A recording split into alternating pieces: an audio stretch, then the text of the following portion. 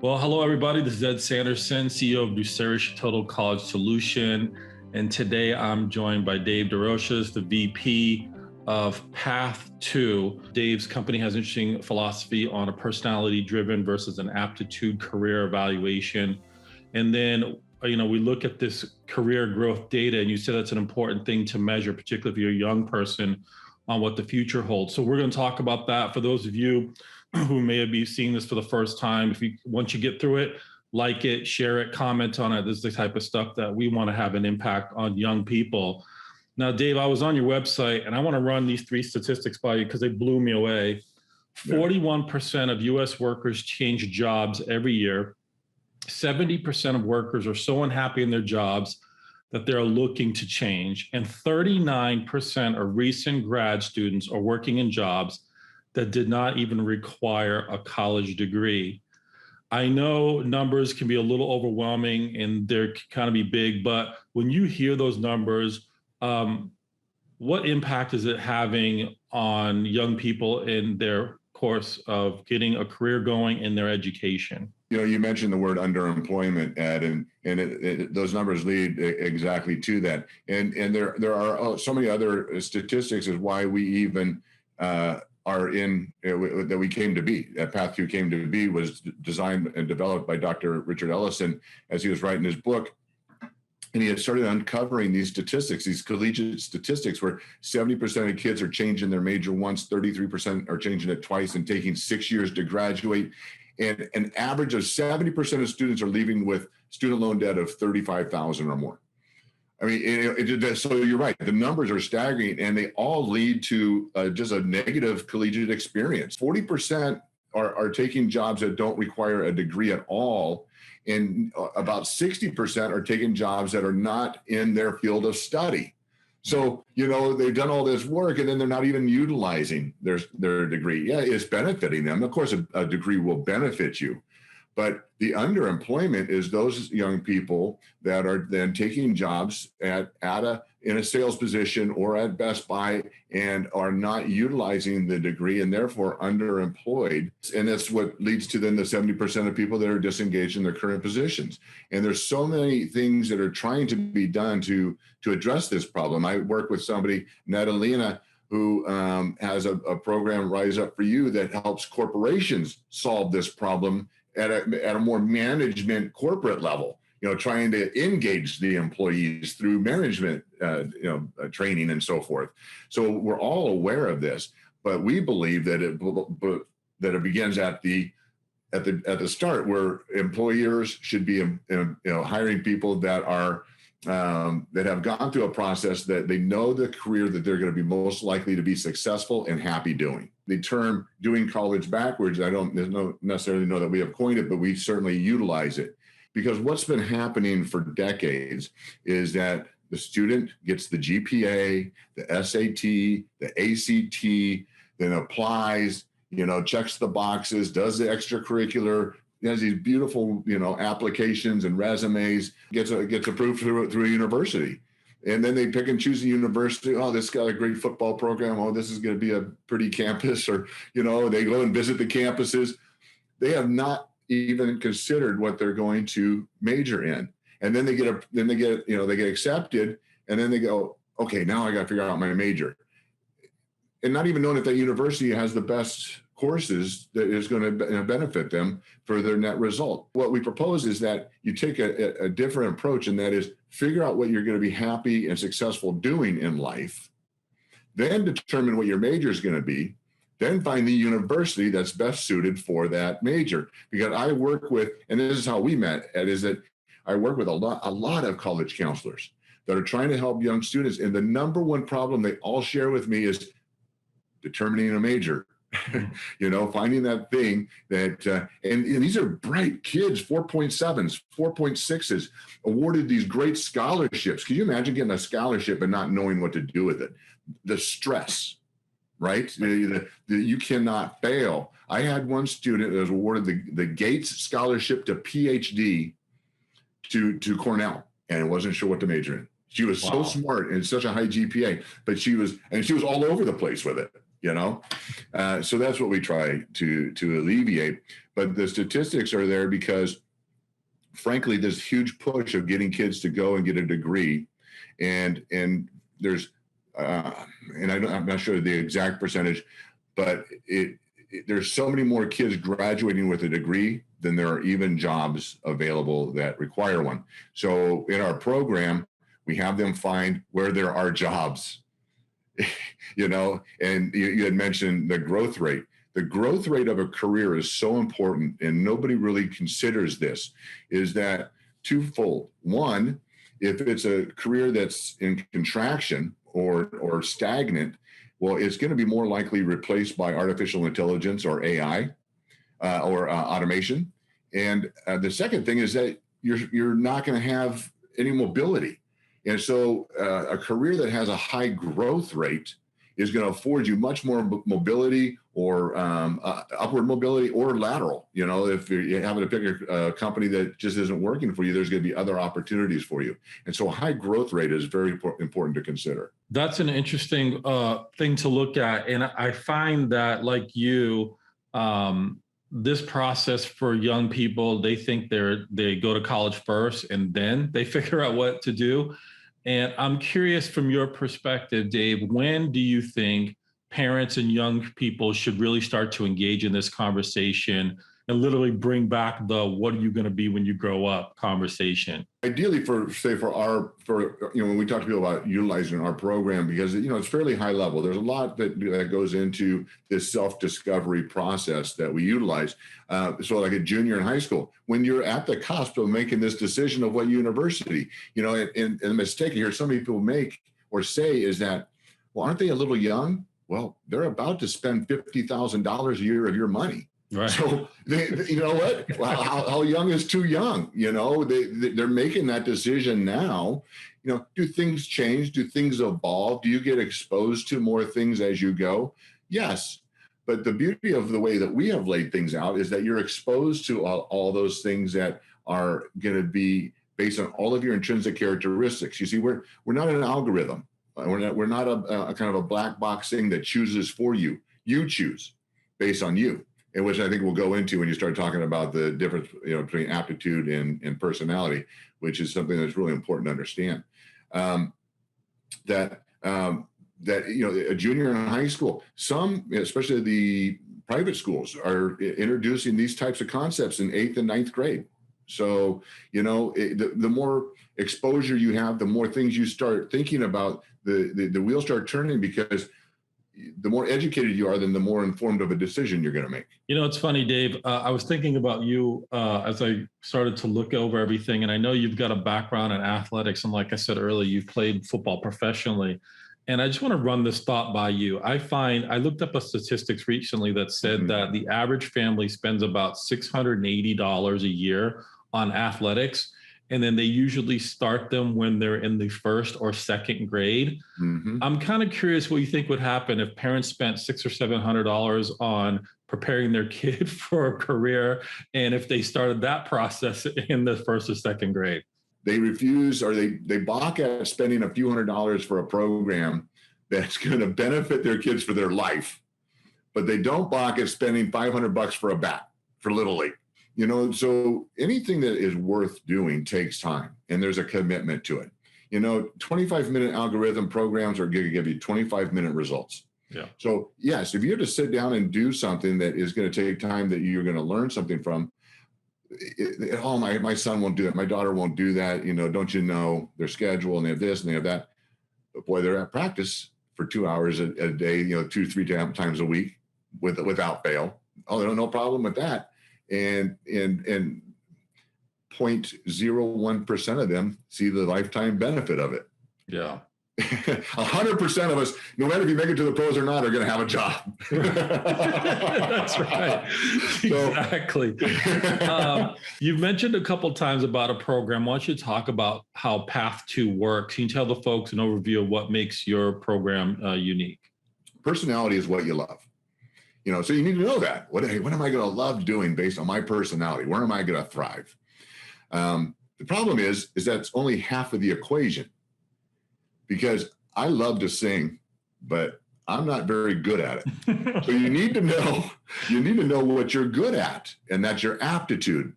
And we are the only program that I've come across that marries them both in two separate processes. So you need to know what you love. You need to know what you're going to be good at. As a matter of fact, there's a Venn diagram. It's called Ikigai. It's a Japanese concept of finding your nirvana. And in the four circles are: do what you love, do what you're good at, do what you can get paid for, and do what the world needs. If you miss one of those circles, you're not going to find your perfect job or whatever is going to make you the most happy. So those overlap. We address both of those, and that's where we start. Once again, of the other programs out there is that people take that, they look at it, and here's 10 broad vocations, and then okay, now what?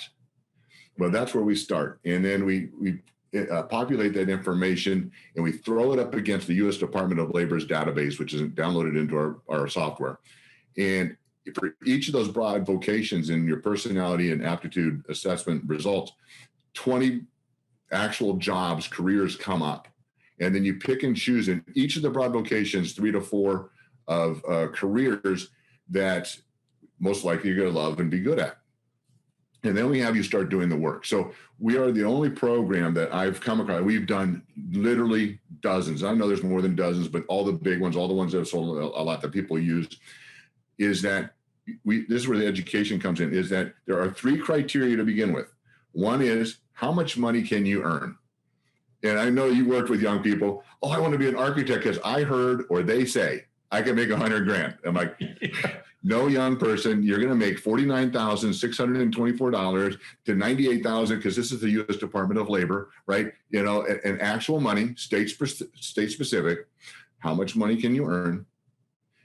How much education do you need for that career? I've heard people say, I want to be a marketing director. Well, do you know 38% of marketing directors have a master's? Well, if you're not willing to get a master's, right now you're formulating, ideas and decisions by looking at this information. 2 things: different career, or you're going to start at the low end of the income grade, right? And we have that is measured. You start grading that accordingly. And then the third one is the growth rate I alluded to. What is the growth rate of that career? Once again, one that is not taken into calculation in anything else. But now you can decide, well, man, I'm really going to be good at that, so I'll take the risk on the growth side of it because I'm going to be so good at it, and that's what I really want to do. But you're going in informed. Anyhow, those 3 criteria take 45 down to 15, and then we utilize the rest of your intrinsic characteristics. Interests, we use the strong inventory list of interests, so I know you're familiar with, and then we've added about 10. So we have the student, and we have a career transition program as well, and we have the participant grade those interests out. And the top 5 then are utilized against the careers. So are you going to be doing something that you're interested in? And if you get 4 out of 5 or whatever the case may be, that's going to behoove you. Then you graduate on to preferences or your work environment. And this is so important. How do you want to work? Do you want to work indoors or outdoors? Team, by yourself? Growth rate or just safe and steady? 40 hours a week, or like you and I, whatever it takes to get the job done. Are you entrepreneurial? Rank those preferences. And I hope I have time. I want to share a quick story. Yeah, go ahead. It's so apropos. I had a pool guy when I had my home in Pasadena, Dan the pool man. And I was swimming. He showed up to do my pool. And I go, Dan, I just want to tell you, you're killing it. I've had a pool my whole life, and my eyes never burn. My skin never feels dry. And I always see him like tossing stuff in the air, and he goes, well, I'm glad that my degree in biochemical engineering is coming in handy. And I'm like, okay, that solves the question as to why my pool's in such great shape. He went into saying, well, actually, I have a master's from Stanford. And he said, when I was going through my studies and bebopping around Palo Alto, I was in lab 2-4 hours a day, a few days a week. I pick and chose when I wanted to go to lab. when I got to the higher levels, I pick and chose what I wanted, what my basis was, my thesis was, what my studies were. And it was my grade, my results, my research, that kind of thing. And he said, then when I got my degree and I got my master's and I went to work for a company, I was in lab 8 to 10 hours every single day. Wow. And I was part of a team given a mundane task that I just hated. And he goes, I didn't worry about my $200,000 in student loan debt because I knew I was going to make well over 100,000. That part he had dialed, but he didn't think about how he was going to work every day. And he owns a pool company. Right. He had long hair. Obviously, he likes to be outside. And he likes to work by himself. And so, so young people need to think about what does the next 30 to 40 years look like for you, and then you rank those and apply those to the careers to make sure you're going to enjoy showing up every day. And then we take it down to 5, and then we apply your traits, which are your God-given talents. So we get it down to 2 careers. And so if you've followed along, it's a completely transparent. It's all about self-discovery. We're not telling you, you're telling you based on a meta-analysis to get you down to those results. There's no what ifs. There's no, if architect isn't there at the end, it's because it didn't meet your criteria through the process, so those results you can go forward with the utmost confidence, and it's either affirming to what you believed or what you thought about yourself or what you wanted to do, or for a lot of people, it's like exposure to careers that they didn't even know, first of all, existed or that they would be best suited for. One last question related to this, and it does talk about a little bit about investment. So I know they got to invest a little bit of money in your program. They got to invest some time in it. But tell me how that investment translate in real savings if they can identify a career and a major and avoid changing majors or changing colleges once they get there. It speaks exactly to that. I mean, think about if you know exactly what you want to do the day you walk on campus. So what's happening is, kids they've done all this work to get to campus and not considered what happens the day they walk onto campus, or not much to it anyways. And at least there's not much of a game plan. So if you walk on campus with a game plan and you know exactly what your major is and you've already laid out, okay, these are the courses that I need to take. First of all, we get you graduated in 4 years, and the majority of that student loan debt that I alluded to earlier is incurred in years 5 and 6 that aren't budgeted. I have a lot of friends that were on football scholarships that had to go back and get their degrees on their own dime because they were all over the place, Yeah. So if you have that game plan, you can eliminate those years 5 and 6 in a lot of cases. And then here's the other thing is that you're graduating with a degree that is going to be in use, that it is being sought after, that you're going to be able to apply. So your earnings potential exponentially goes up day one, because you're not going to have that bridge job. You're going to then also, while you're in college, be able to be taking advantage of internships because you're laser focused. You know what you're doing, and you can start making that networking and those steps in order to secure a great job when you graduate. The earnings potential for those that have taken that type of an approach. We had one young man who was struggling at Chico State, had not declared, second year, C's, not sure what they wanted to do, took the program, determined he wanted to get into geographical information systems. If you're 22 years old, right, and you're struggling in school, you don't Google geographical information systems and say, aha, that's what I want to do. But by doing this, it goes, man, it's just right in my wheelhouse. Graduated on time, 1 of 6, had 2 internships, and then applied for the master's program, had job offers the day he graduated in the field in which he was studying. Yeah. So that leads to, why do you do this? Why do you want to go through the work? Why would you want to spend a few bucks? Because your earnings potential goes up exponentially. Yeah, the length of time it's required to get through school, reducing or eliminating the student loan debt based on budgetary issues. So there's a lot of reasons to take these steps. The power of an internship. What has been your experience when you just mentioned this young man who did that, but what's the power of an internship? There's actually a number of benefits to it. The other one is it's just like practice or, playing 3 sports. You get to find out which ones you like and you don't like, right? Because, you may have done all this work, but an internship, you're actually doing the work. And then there's that additional affirmation of, yeah, I'm really going to dig this. This is really what I want to do. or you may be still in that major, in that career, but when you're in a work environment, there's variations of that career. And so now you're learning the dynamic of what it's going to look like when you leave college. And that is uber important, because you don't want to learn it once you're reliant upon that paycheck. You want to learn it as early as you can. What does it look like in this environment? And maybe there might be an offshoot or another opportunity that when you get ready to go to work, that you might want to apply for within the same field, within the same area. And then, of course, the other obvious one is the networking. I don't know what the percentage is of people that are hired out of their internship, but you've pretty much laid the groundwork and said, hey, look, here I am. Here, I'm good at it. I've got my degree. I'm laser focused. This is what I want to do. And you're more apt to get hired immediately leaving school. The kids, and I think there is a study that kids that are students that take advantage of internships are typically hired right away. Those that don't usually take up to 6 months to get hired. I always tell students, Dave, it's not what you know, it's who you know. Those relationships allow you to move up the food chain in your career quicker, which means more experience and more dollars and cents. That's right.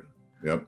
All right, Dave, if they want to find information about Path 2, where do we send them? www.path2.net. We have a website that tells you about both of our programs. Once again, we have a student program, and then we have one for career transition. We help veterans, professional athletes, so they don't have to go sell cars like I did.